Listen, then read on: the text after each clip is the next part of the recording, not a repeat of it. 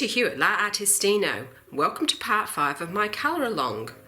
If you've been following my series on YouTube, you'll know that we've had 4 previous episodes in which we coloured the top section of this dock pond picture, this side section, then the third was the other side section. Last week we did the water and the fish and all the little details here.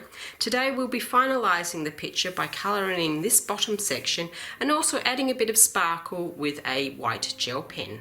Now, several people have pointed out to me that I forgot this little guy's tip of his tail poking through the skull here at the bottom. I realised that as soon as I turned the camera off last week, but I thought I'd just leave it. And I was originally intending to do both the skull and the tail to complete all of the section, and I just slipped my mind. There was a lot going on in this picture anyway, so we can finish that now. But thank you to everybody. I know you were being kind, just trying to point that out to me. I want to have a quick word about the colour selection.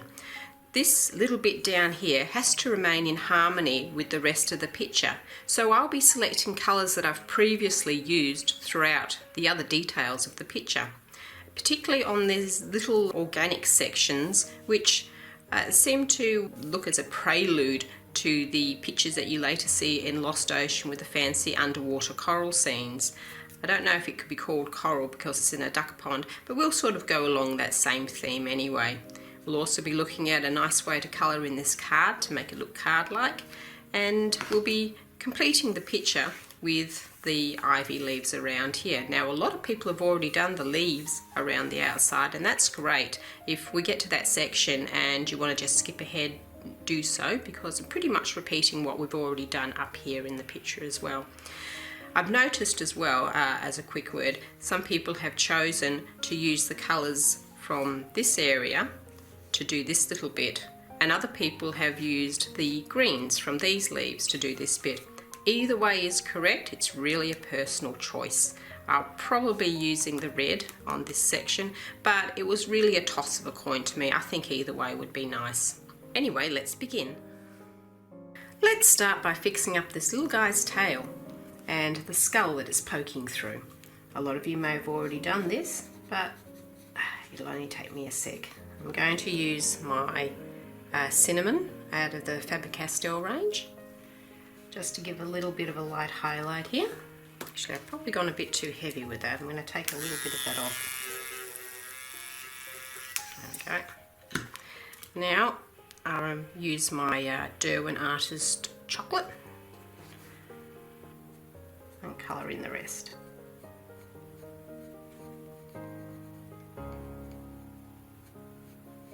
Just going around the outside a little bit and leaving a little flash of a highlight in the middle. I'll just pink it up a little bit with the cinnamon. Just right at the base and leaving the white right at the top, a little bit of white. There we go. Okay, there's his tail. All done. Now we will move on to the skull. Now, the skull colours that I've chosen are the ivory, very good colour for a skull. That's the Faber-Castell Polychromos ivory. And I'm going to use the Derwent Van Dyke brown, but if you don't have the Derwents, the Faber-Castell burnt sienna is just as good, and I'll just demonstrate those colours for you so that you can have a better idea with choosing from your own sets of colours. So the ivory is, oops, let's get her into focus here, is very, there we are, very, very pale kind of a cream colour, but not with as much yellow as cream has. The Van Dyke brown looks like this.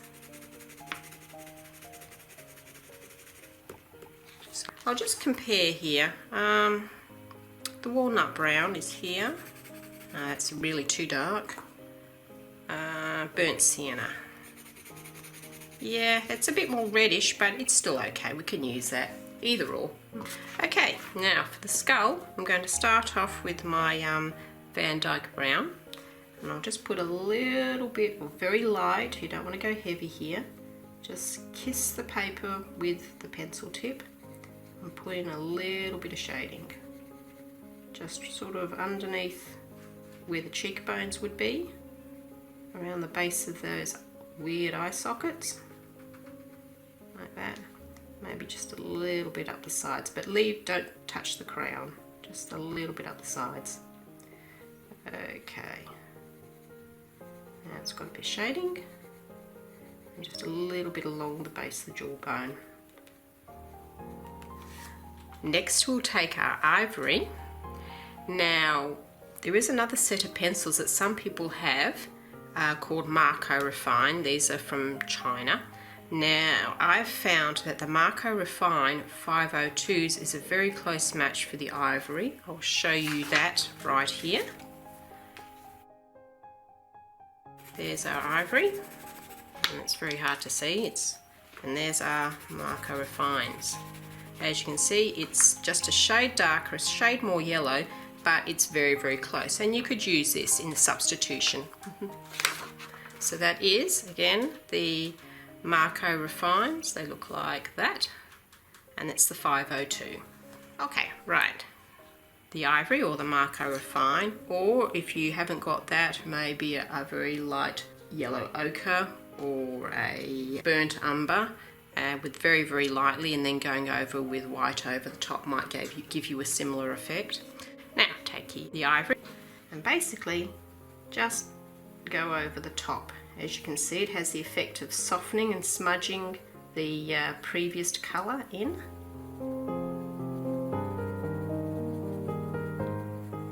And there's our little skull.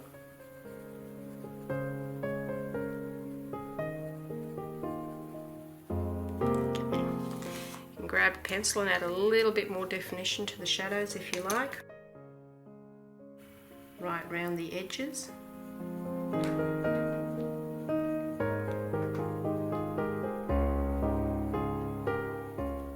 There, and there's our skull. Okay, next we'll work on the card. Now you may already be doing your cards in a particular way, in which case go ahead to match the pattern that you've already established in your own book. I've also established a pattern in my book of how I'm doing the cards, and that's with a dark grey outline and a kind of beige interior, beigey brown interior. So for this I'm going to use my Cool Grey number 6 from the Faber-Castell range.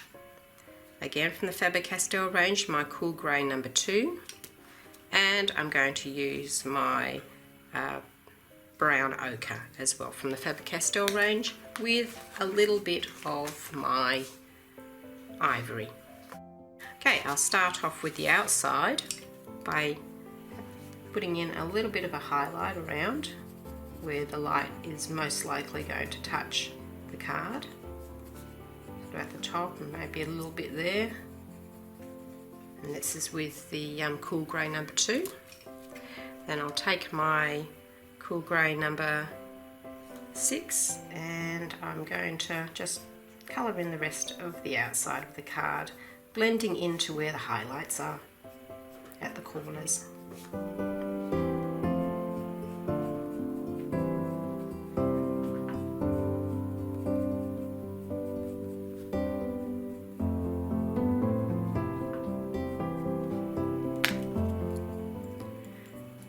In a little bit more.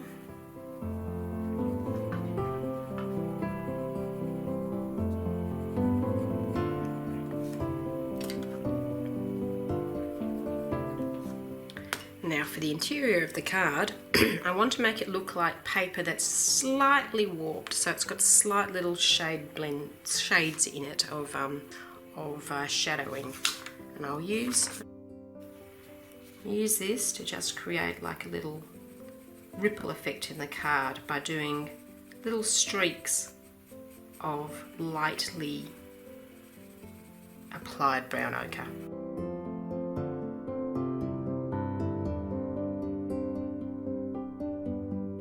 And that'll make it look like the light's shining across the surface of the card, but the card has this very, very slight ripple in it.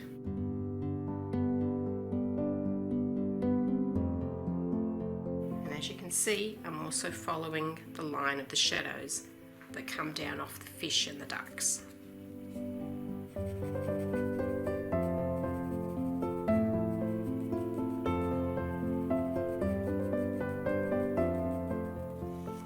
Right, you just need a little bit, just a hint. I might just make it just a little bit darker in the centre.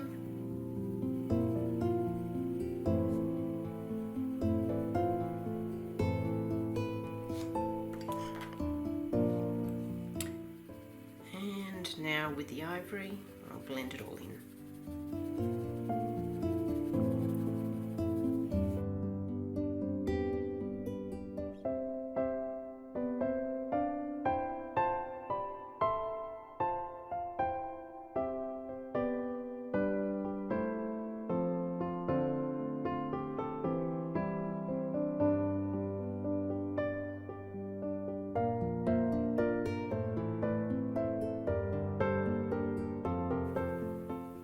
Make it a little bit darker down the bottom.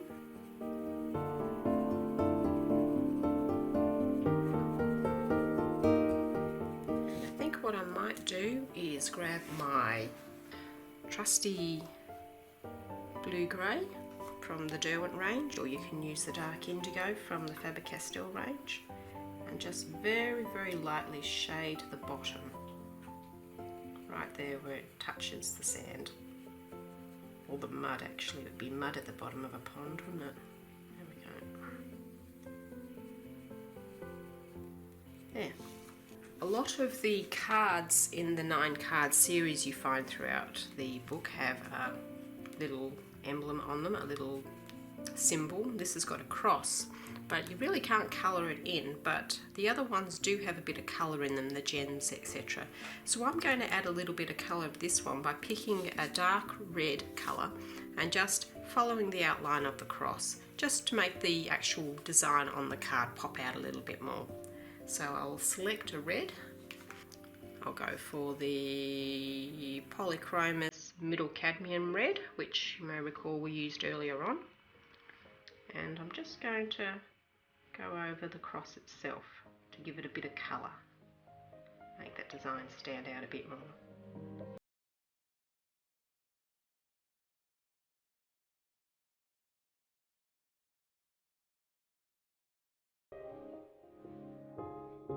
There. You may or may not want to do this. It's an aesthetic thing.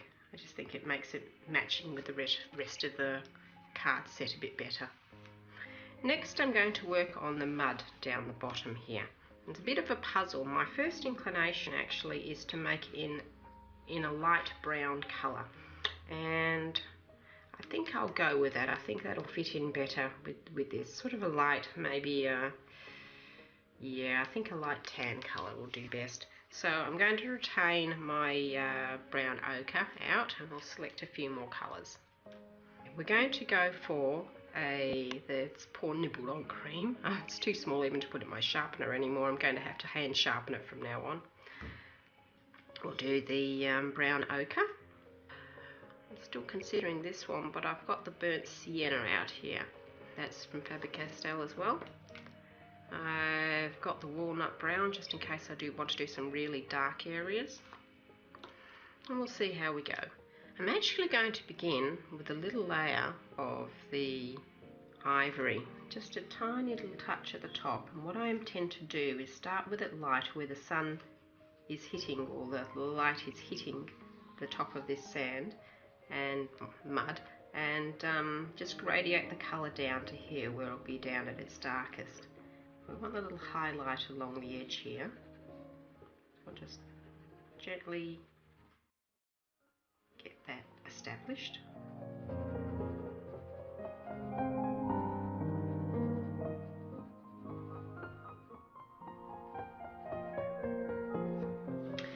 Now the feeling that I'm getting, the idea that I'm trying to develop here is that these items are actually behind this little hill of mud, so that if I was wanting to put these over the top, sitting on top of the mud, I would have a shadow underneath.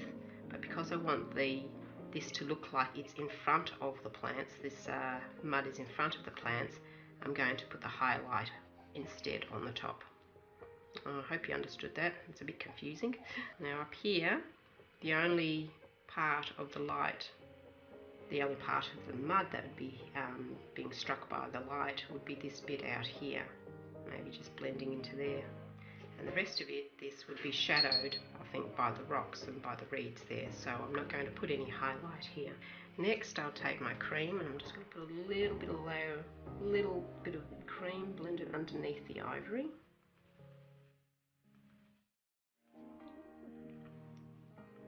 Just grade it down a little bit so that the next colour can blend into it.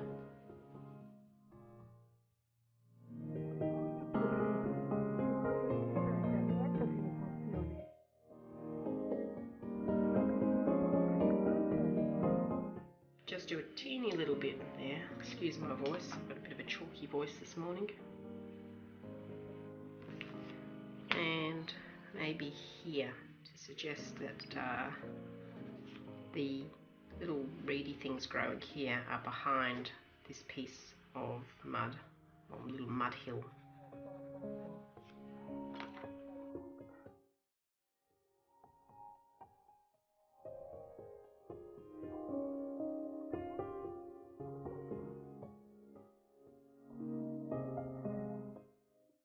Okay, next I'll take this brown ochre, the polychromos one, and use this to establish the main colour in the picture. I'm not going to worry too much about these little dot things here. They're a bit too fiddly to go around, so I'm going to colour them in with a darker colour when we're finished.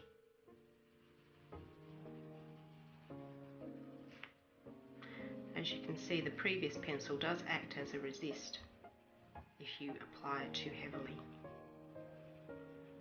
So I've just got to encourage it with little gentle circles to blend in.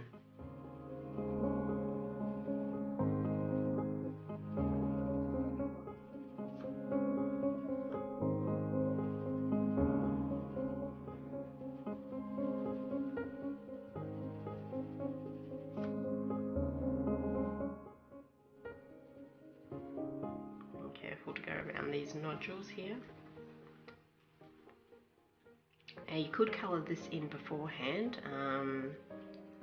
I won't this time round, but if you do colour in beforehand, it will help to act like a resist, so that you're less likely to get the background colour on it.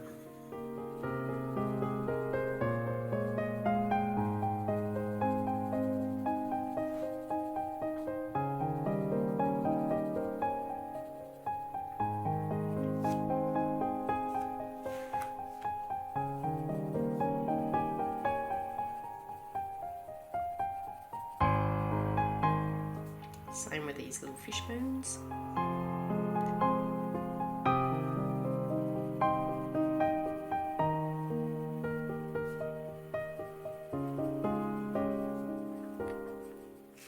Now I'm avoiding the base of these a little bit because I want to put a shade in there, so to ground these better by making it look like there's a shadow underneath them. So I'm just leaving a space there to put the darker pencil.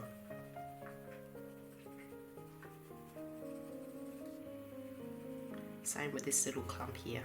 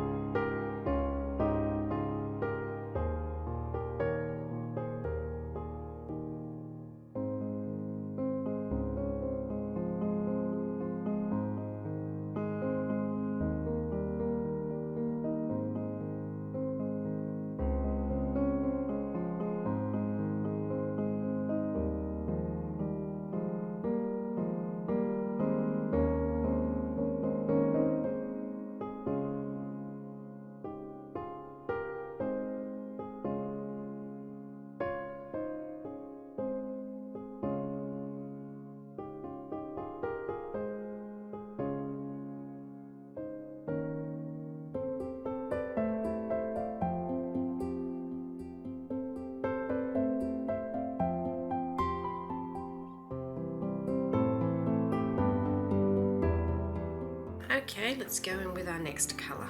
And I've got the burnt sienna here. Okay, I've had another little think, and I'm going to use the Derwent Artist Bronze for the next layer of depth of colour for this sand. It's just a little bit duller than the previous burnt sienna that I'd selected. I'll just give you a little demonstration here. It's kind of that colour, so it's like a very dull greeny browny colour, and if I put it next to this, it looks a bit more of a natural shadowing than the, whoops, there we go, than the burnt sienna, which is just a little bit too red, I think, for this. I'm afraid I don't have an alternative that I can show you in the Faber-Castell Polychroma, so I've only got a limited set of them. I don't have the complete set. But have a look at how the colours turned out there, and perhaps pause the video and go through your colours and see if you can match it with what you've got, or something quite similar. If you can't, then just go ahead with the nearest thing that you can find. Okay, here we go. There's the Derwent Bronze, and I'll use this for the shadows. Yeah, I like this better.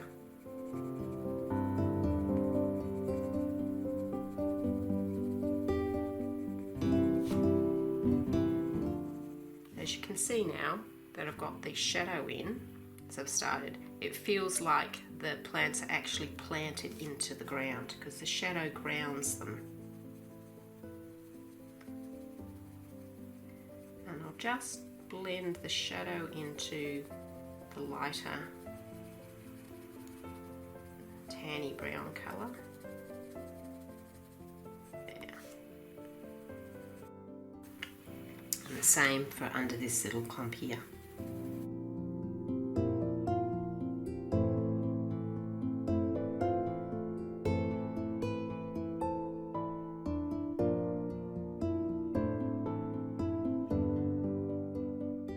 Okay, now I'll start using the shadows around the base here as well, where the muddy bottom, muddy sandy, whatever it is bottom, sort of disappears behind this little slope.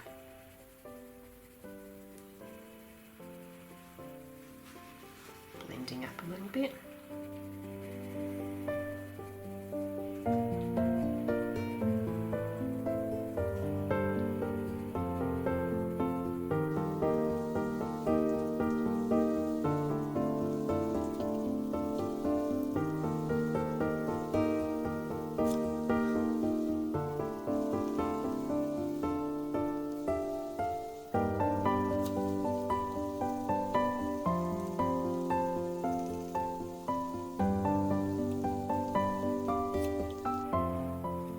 Just blend it in here.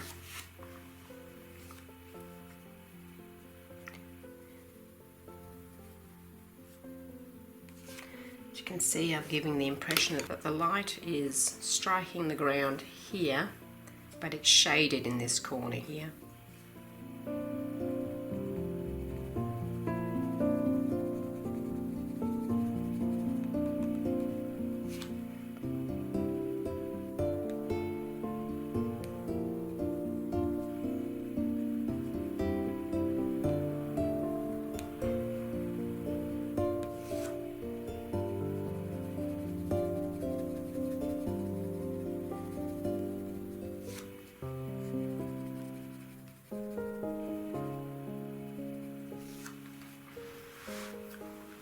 And we'll continue on around the bottom edge here again to give the nice feeling of roundness and that it's disappearing.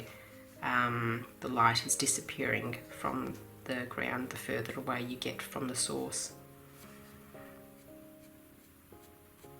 So it gets darker, goes into shadow.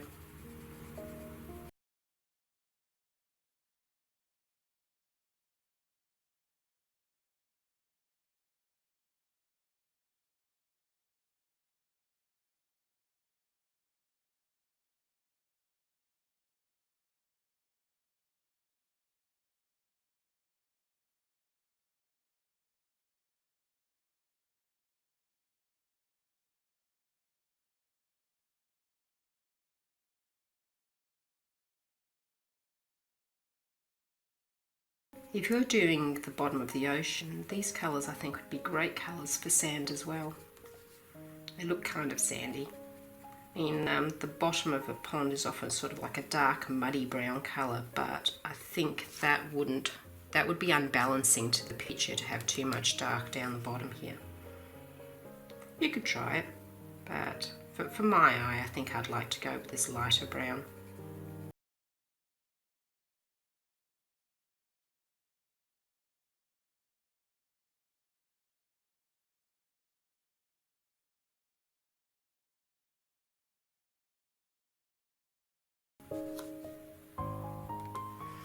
Now just eyeball it to make sure it looks all even and right to you. I think I might just put a little bit more of the brown ochre over the top here. It looks a little bit pale.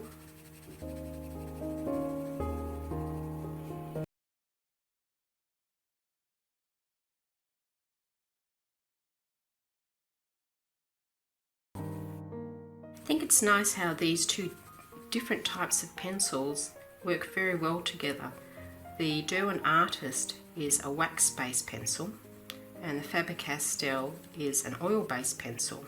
But that doesn't mean the two can't play nicely together, and I find I don't have any problems with blending the two different sorts of pencils together. When I say wax and oil-based, I mean that is the binder that they use to bind the pigment in the pencil.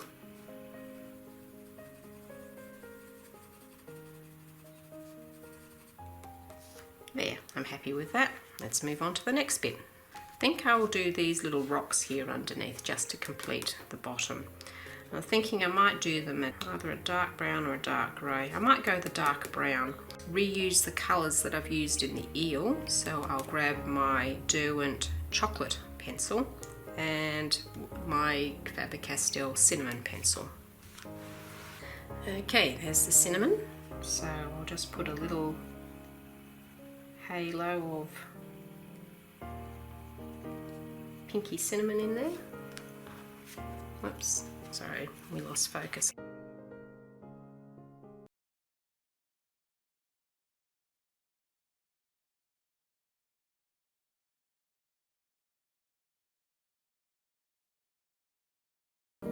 Just to give the pebbles some depth, and then we'll follow through with the chocolate around the outside. Again, this is about recycling the colours we've already used throughout the picture to make sure it all comes together and all feels like it belongs. Just going to leave little highlights of white sort of in the centre of where I've done that cinnamon to give the rocks a kind of a roundish feel. I mean, strictly speaking, the light wouldn't be striking them, but it's kind of a little trick to make them look rounder.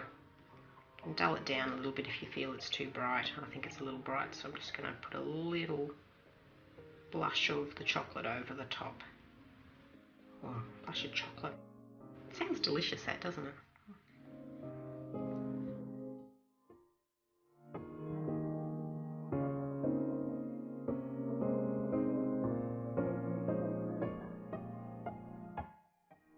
These tiny little ones I'll just colour in flat chocolate, just the solid. Again, pull back and have a look at what the effect is. I kind of like that. That's good for me. I'm going to continue to use this to colour in the rest of the tiny little pebbles.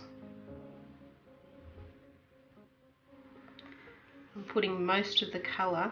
It's very difficult because it's so tiny, but just try and put the denser side of the colour down the bottom and the lighter at the top, just so that there's still a sensation that there's a bit more light striking it from above than below. It's a bit difficult because it's such a teeny little area, and I guess it's really if you want to be ultra fussy. I mean, the overall effect will be great regardless.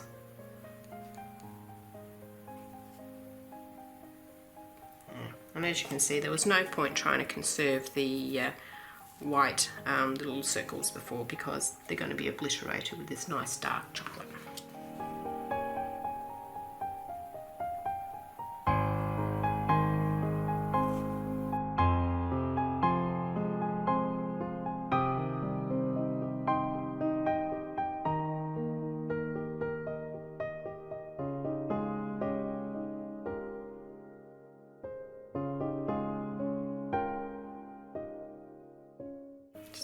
touch more of the cinnamon here to blend it.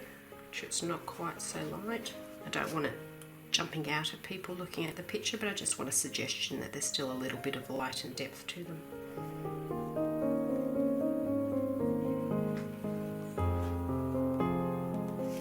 Okay, that's done now. Now how about we do the little fish here.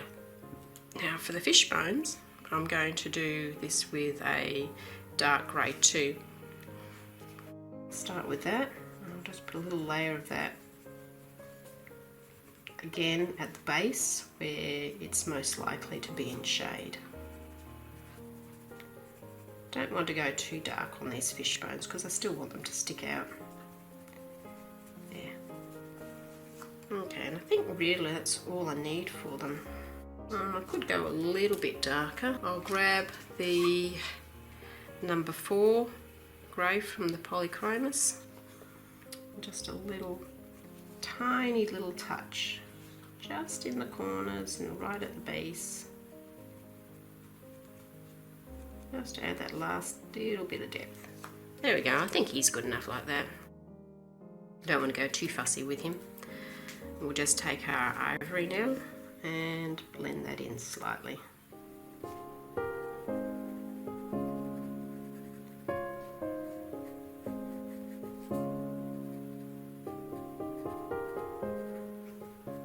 And there he is. That's our fish bones done.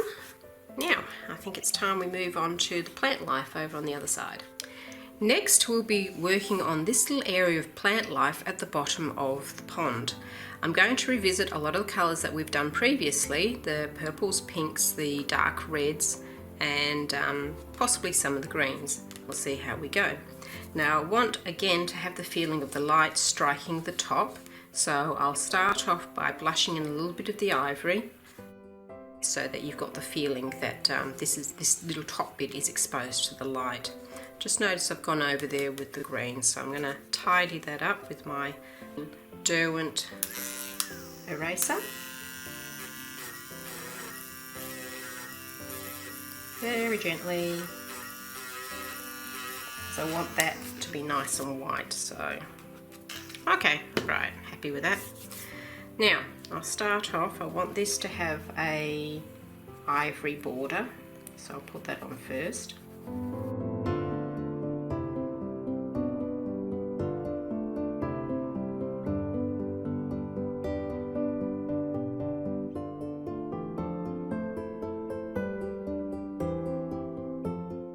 And this bit down here I also want to be ivory, so I'll add that too.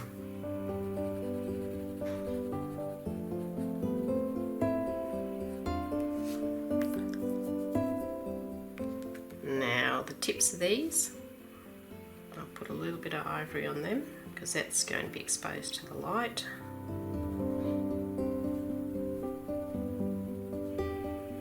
A little bit of ivory here.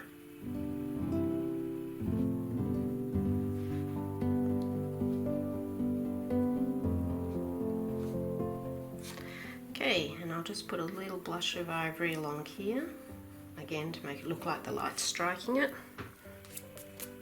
I'll just make it a little bit more dynamic if you've got light at the top and it fades down into the colour. And then you've got shadow at the base, gives it more dimension.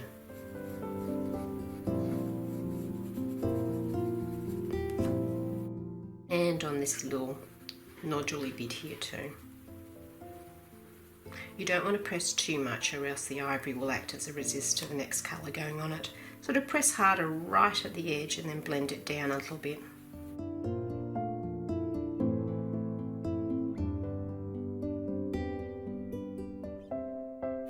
Next on this I'm going to put a little bit of the cream. Only a tiny bit because I want to use that as a base to blend in the actual colour of these funny little fronds. And I'll do that here too.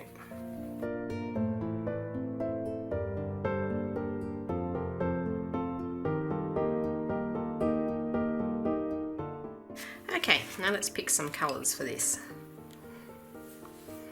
I'll start off with this piece, and I think what I might use, I'll go purple and pink I think, so let's go back to the Rose Carmine on the Polychromos range. And as you remember, this is what we used on the one of the fish above.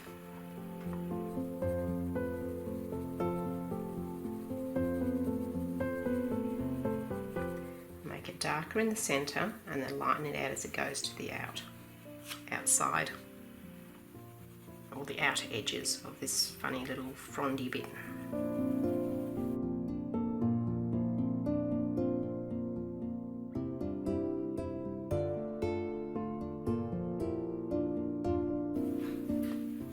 There's all sorts of things that you can do with this. You could colour each of these individual stripes sort of like a different colour, like alternating a white and a red, white, red, white, red. Or you can do it all, use the stripes as a, these lines as just a texture and colour right over the top.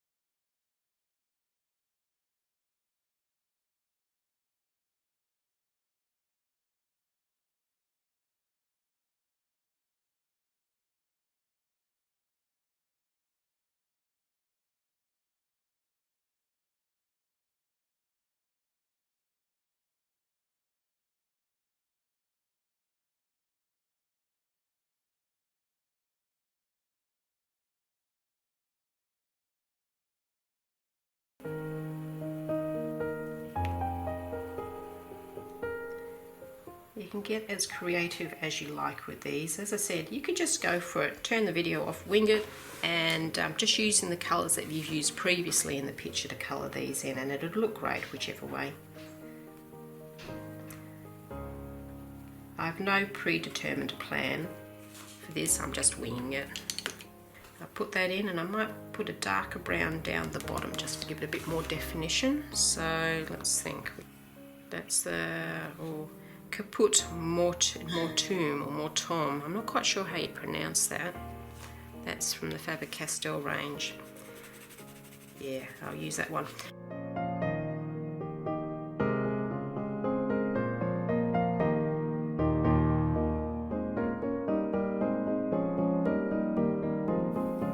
I'll just put a little bit of it on the base of that. There we go. And that's that little bit done. Now we'll do the one at the back. I will go for the orange glaze we used on the other fish, and the middle purple pink, another colour we used on the fish. Start off by lightly blending in the orange glaze into where we put the cream before, and then going darker as we go down.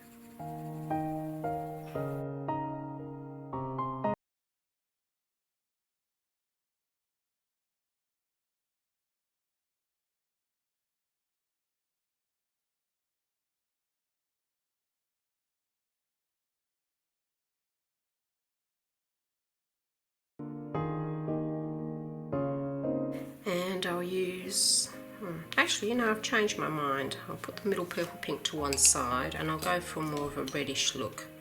So I'll grab my middle cadmium red. I do this, I choose some colours out and then on the fly I decide, no, I don't want that one. That's not going to look right, and I put something else in. So take your middle cadmium red and just blush down there.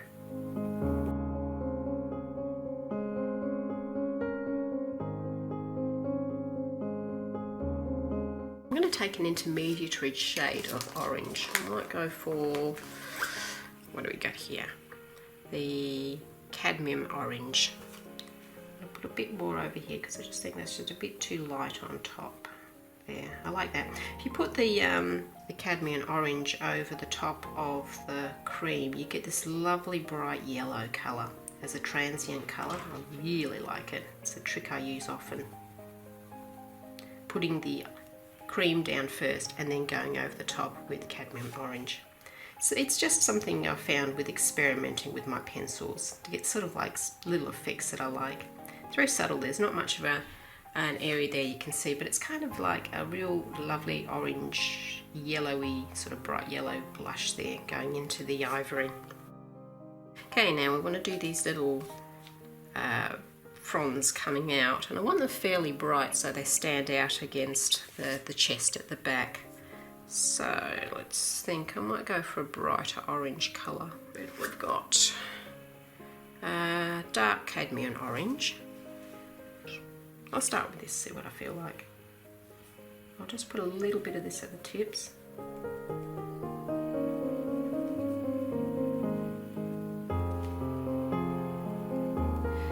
I think one of the tricks with colouring is just not to get stuck. You know, it's very easy to sort of like get stuck because you can't think of which colour to choose next. And one of the best things you can actually do is just move to another part of the picture, to somewhere where you've got a stronger feeling for the colour. And if you're still stuck, you can put it away for a while, move on to another picture, leave it for a week so that your brain can sort it out. Sometimes your brain will do stuff in the background subconsciously and it'll figure it out for you, so that when next time you look at the picture it just stands out to you like a sore eye. You think, I know exactly what colour it needs, where a week ago you just were completely stumped. That's another trick. The third trick is just to dive in with your gut feeling of what you think might be the best colour. Sometimes you'll make a mistake. Probably best if you put it in lightly to start off with so that you can rub 90% of it off and start again. And sometimes you can make a happy mistake where you do something that you think was ridiculous and then suddenly it starts to look really good and comes together. There. I'm going to add a bit more definition to the tips of those fronds by making them a little bit darker. So as you can see, I've got a colour gradient. I've got a tiny highlight at the tip where we put the ivory. I'm just going down through sort of like this red, orange, and then to the cream at the base.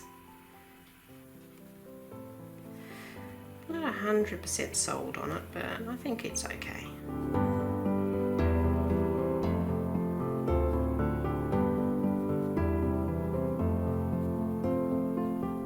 I'll go over this one for now because I've got a strong feeling I want to put purple in the centre. Let's grab our mauve again.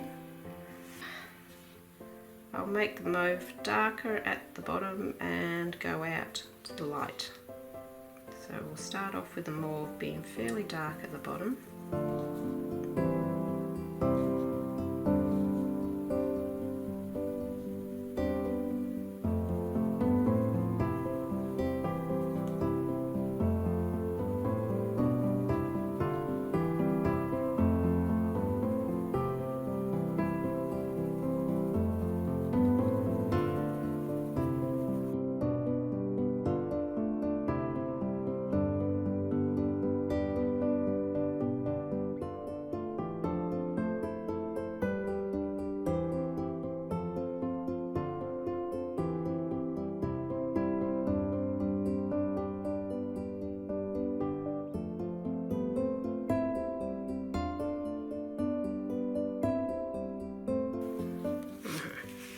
It's a very intense mauve that I've got there, mauve. I'm going to go over the top of it with a little bit of something to dull it down. Now the colour you need to dull down a purple is a yellow. So I'm going to use the cream just because it's very, very intense. It's kind of drawing the eye to, and I don't want that. So we'll dull it down a bit.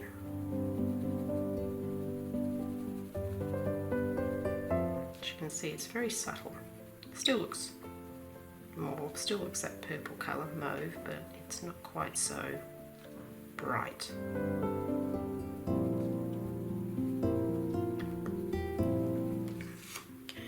Right, now I'm going to do the base of it. I'm going to darken a little bit more. I'll go for the walnut brown, and I'll use that to put the shade down the bottom. And I'll take the intensity of the purple out of the picture as well.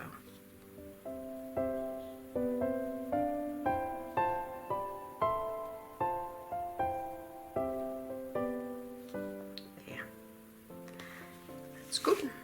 Right. Still looks very bright, but when I put the next colour over the leaves there, that'll make it sink in. Okay, now these little bits on top.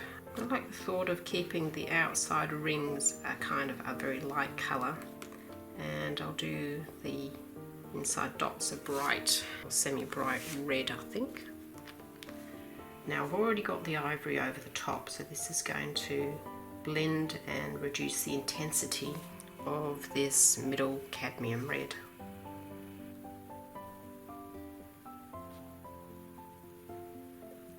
This is a dull red, a sort of a dull orangey brown red. There we go. It doesn't have any pink in it, so be careful not to select a pinky red. But the base of those circles, I want them to look a little bit in shadow, so I might select this lovely Caput Mortum. If anybody can tell me how to pronounce that properly, that'd be good. Don't know the pronunciation. I'm just going to blush in teeny tiny little whisper of it down here. Just down the base of those circles to give it a little bit of depth and shade. There.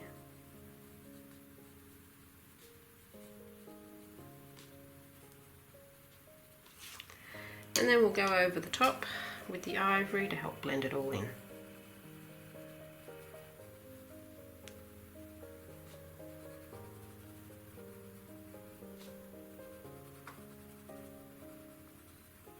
Lovely.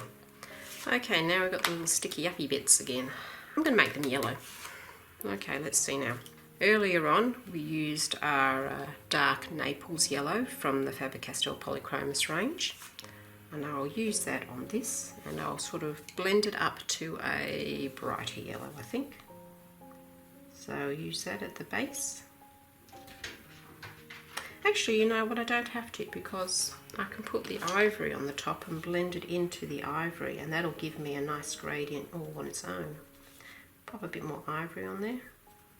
Don't go all the way down to the base, just go about half to 2/3 of the way down each of these little tiny spokes. Sticky uppy things, don't know, fronds, what would you call them? Frills? Sticky uppy bits. That'll do me. I'll call them sticky uppy bits.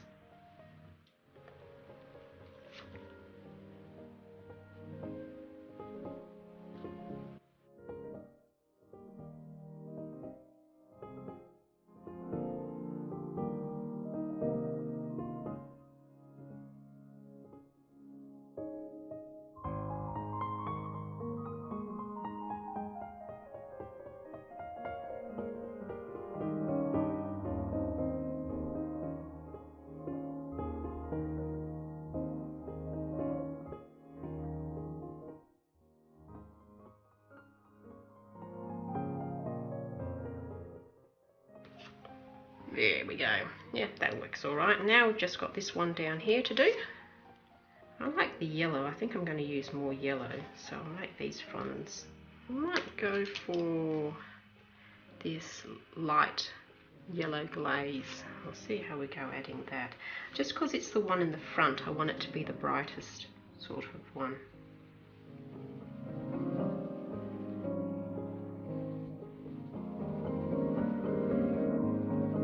Yeah, like that. Contrasts very well against the purple on this orange. See, the light yellow glaze is more of a, it looks more like what you would call fluorescent yellow. It's a greeny yellow or a cool yellow.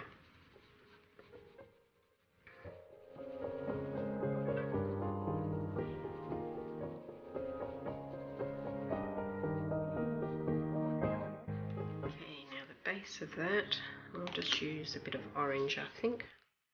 We'll go for a teeny tiny smudge of the orange glaze.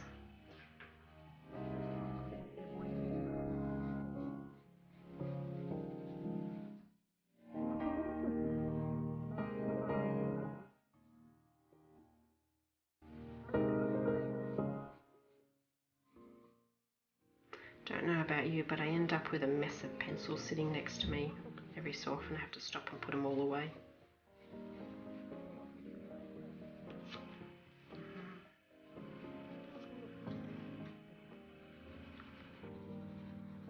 As you can see, we had the ivory on top, which started the gradient, and then the yellow glaze in the middle. There, that'll do. And just the interior of this texture, but I think I'll actually use the line art and colour it sort of like each of these as sticky uppy bits with a background. So the background I'll make darker and the sticky uppy bits in front I'll make lighter. So yeah, I'll go for this Kaput Mortuum again. That down the back as a background.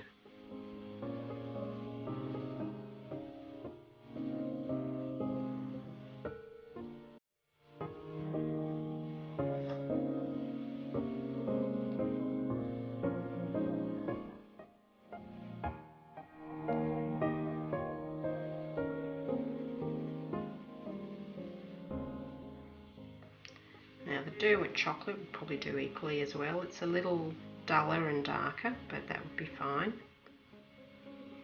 If not, you can go with a mixture of a dark brown and a dull red, or a dark brown, probably not an orange. A sort of a dull kind of cooler red with a little bit of pink in it, I think.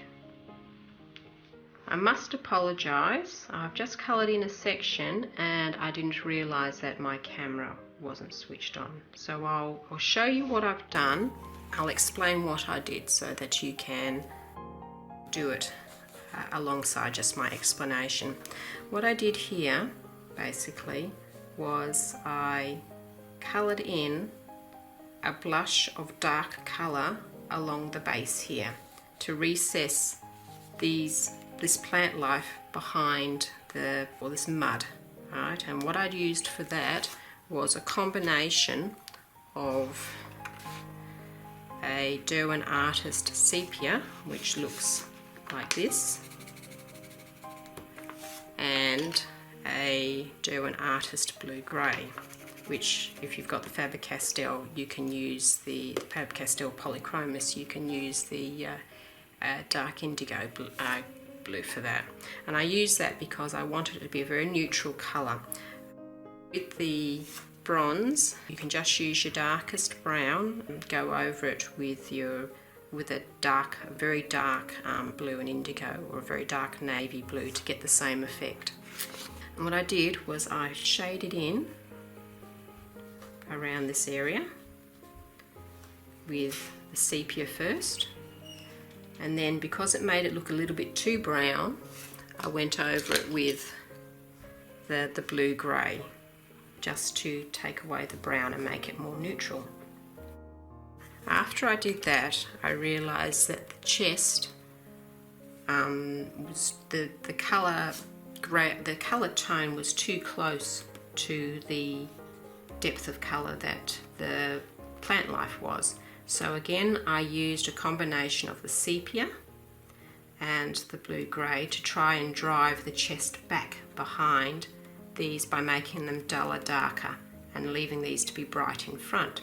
I realised it wasn't dark enough, so I took my black pencil and I very lightly went over and blushed in just sort of up to about this line here along the chest, this round about here, to drive the chest back behind the plant life here, so that the plant life stood out in front and the chest felt like it was recessed behind. I apologise that that wasn't on camera. As I said, I didn't realise that my camera was switched off at the time. It tends to just switch off without really warning me, so I have to keep looking up to check. But that's all we missed, everything else should be there. Okay, right, now what we're up to now is we've moved to this little section down here, and I've chosen the cold grey number 6 from the Faber-Castell range, which is a very dark grey, if you remember. It's that kind of grey. It's not quite black, and it's a cold grey, so it's got a kind of a bluish feel to it. If you compare it to the warm grey, I'll take that out. I know people have been talking to me about cool greys and warm greys. That's a warmer grey, and that's a cool grey. It's a bit dark actually. I'll take the cool grey out, which is the same tone. This is a warm grey number 5. That's very similar. It's a cold grey number 4, so it's pretty similar. If I put them side by side, there you go. This has got a more of a silvery blue look. This has got sort of like a more of a dull kind of a browny orange look, and that's the difference between warm and cool greys.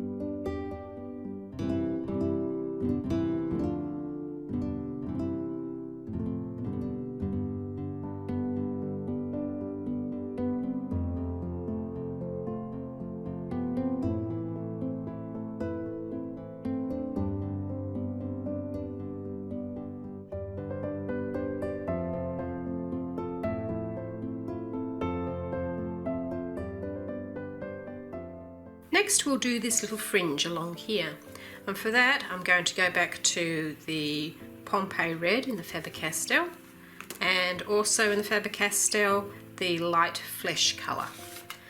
With this I'm thinking I might put the flesh colour down the bottom and have the Pompeii Red at the tips.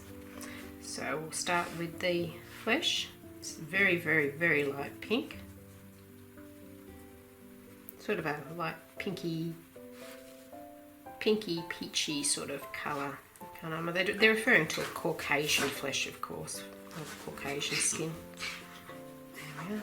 Or actually, you know what would be another good name for it is chicken flesh, or chicken meat, because it's the same colour as chicken meat.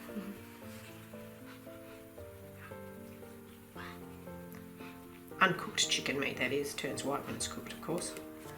Right, now let's go for the Pompeii Red. Do the little fringe here.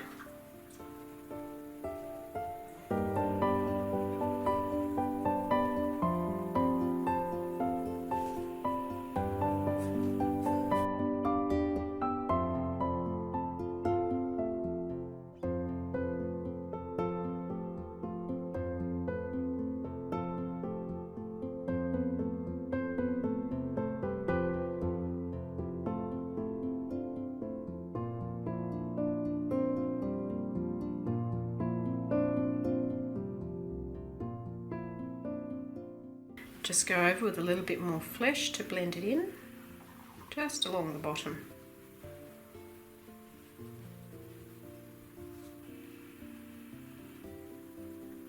Now I think I'll grab my bronze because I can see there's a few little spots of mist there. I'll just fill them in. It was the sepia, wasn't it, not the bronze. There you go, the Derwent sepia.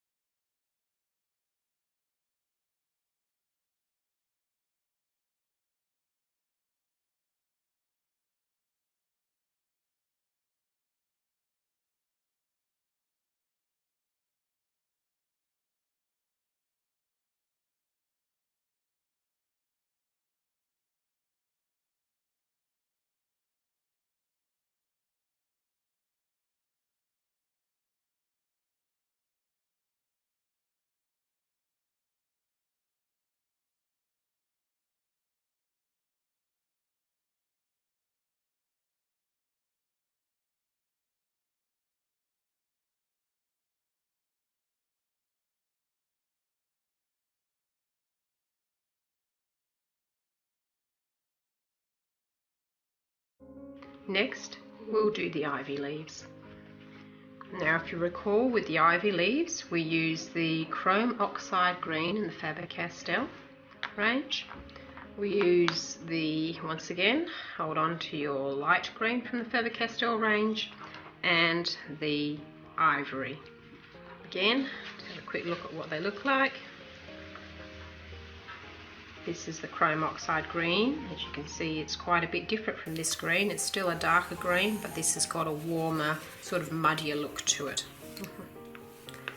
Okay, once again, we outline the leaf first. There's all different ways you could colour these leaves. You can just, as I was doing in the very first episode, you can, yes, the first episode, you can draw them out first, trace them off the page, and then play around with different colour combinations and patterns to see what you like. This is just the one that I like for this leaf.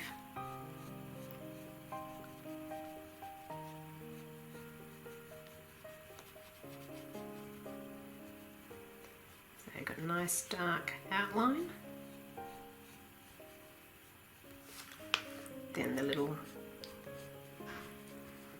pointy vein up the middle, darker in the very centre, and then coming out in a triangle shape, getting lighter so it blends in with the lighter colour of the rest of the leaf.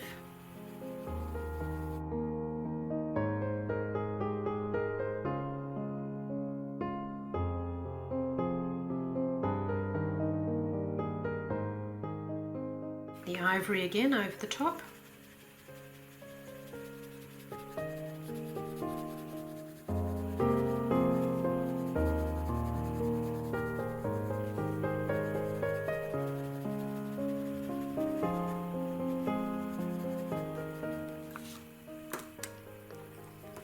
A little bit of the light green just to give a little bit more colour to the centre part of the ivy leaf. Just blush that in gently, lots of little circles. Get a little bit harder if you need a little bit more colour, but don't go too hard because you just want to blush it in.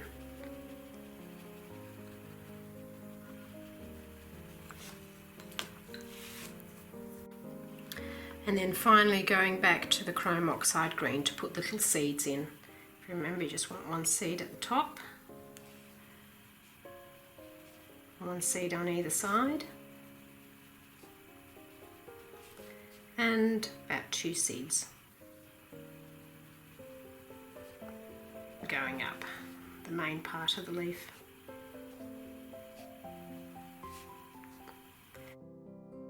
There's a recap of how to do that, and I'll go ahead and I'm going to finish all the ivy leaves now on a speed colouring.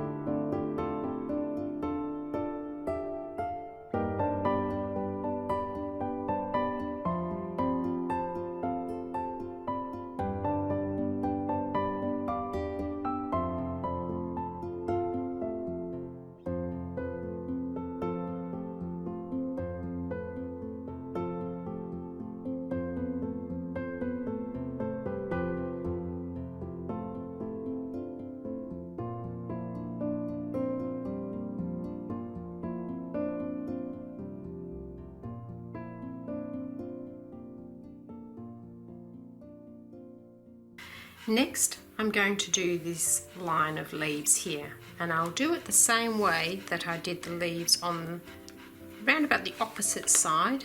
I'll bring you across to here again. These ones here will be using the same colours. It doesn't matter if you've already done this and you've chosen to do them in these brighter green colours, that will look just as good. This is just a personal preference.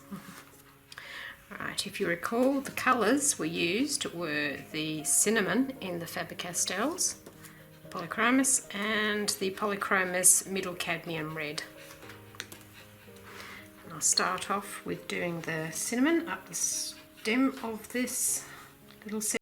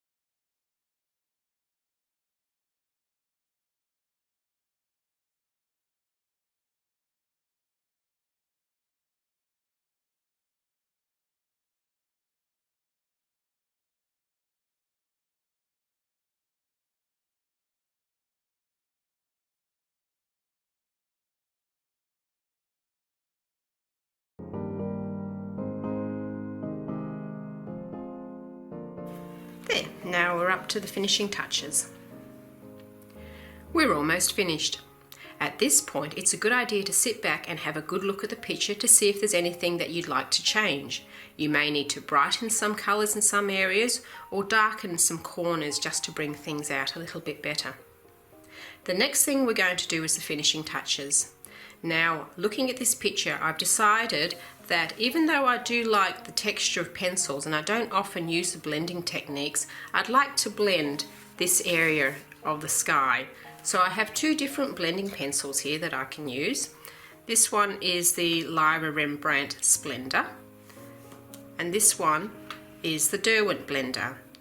I believe Prismacolor also has a blending pencil that you can use. Now test your blending pencils first in a corner. I find that different blending pencils have different formulas and will react differently depending on what coloured pencils you used and what paper that you coloured on. I find that the Derwent blender is quite good for blending in the Polychromos and Derwent pencils on the paper of this particular book. So let's get started. Once again, use a bit of paper underneath your hand so you don't smudge the colours underneath. And starting off in a corner, just start to make little circles with your blending pencils, pressing sort of moderately hard, just to blend in and get rid of some of the grainy texture of the pencil. Now you may already be happy with how your pencil laydown is on the sky, in which case just leave it and skip ahead to the next step. This is a bit of a subtle effect, but I like it. I like to leave the pencil grain in most of the picture, but in something like the sky, I think it looks a little bit better if it's smoothed out. But again, this is just your own artistic preferences coming through, so it's up to you what you do with it. Now we might speed through this bit because I'm just going to cover the whole picture with the blending pencil.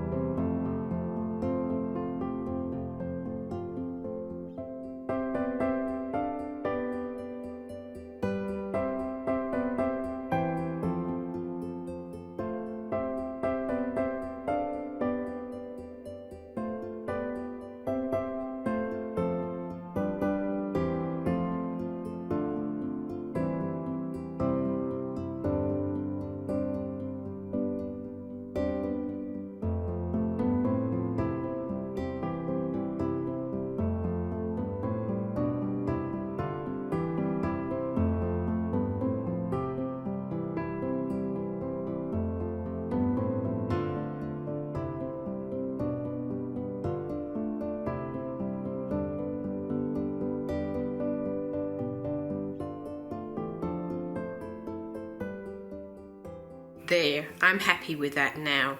As you can see, using the blender pencil over the pencils helps to smooth things out. It's subtle, but I like the effect that it has. Next, we're going to be using a white gel pen to bring out the little dots and highlights and sparkle in the picture. I use a Signo Uniball white gel pen. This is my favourite gel pen. If you don't have one of these, any white gel pen will do, but I do recommend these as one of the better brands to try. If you look closely at the picture, you'll have noticed that there are little lines of dots that Johanna's drawn in here. What I want to do is bring those dots out by dabbing a dot of white gel pen on them to make it look like there are streams of bubbles coming up from the base of the pond. Now, with your white gel pen, I recommend that first of all you make sure that the tip's clear and it's running well, and that one is. I'll pop another piece of paper underneath you because you're working on top of your work, and start just picking out all of the little dots.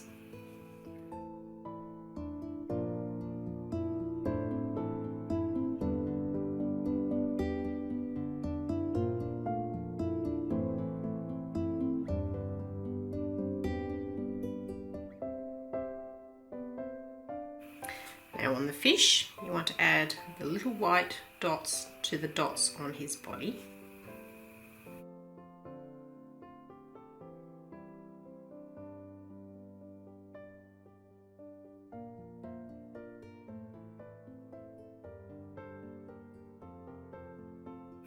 And maybe a little dot just on his eye. So I don't really like that.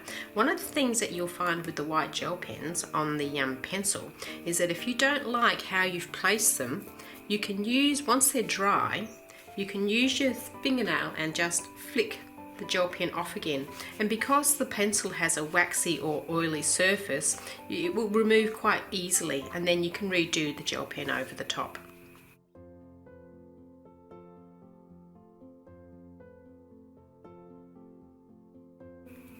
Put a little bit too much in his eye there, so I'm just going to push it off with my nail. There we go, that's better. These big bubbles in the water I'm also going to fill with the gel pen.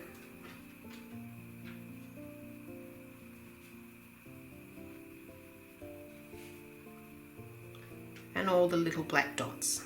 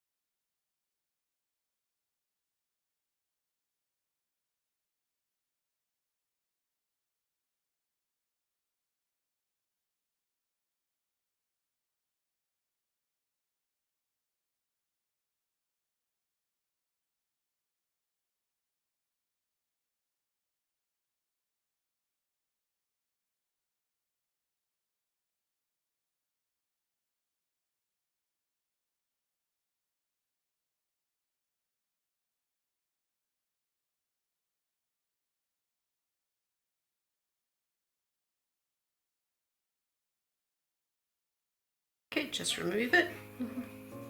Maybe a little shine here. There, now step back and see if this picture looks balanced. I think it needs a little bit of sparkle up because all the sparkle is concentrated down here. So what I think I might do is just add a few little dots around these, oh, what would you call these little pond insects. Just a little sparkle like that. Because the top is looking a bit dull with all the sparkle below it. There we go. There.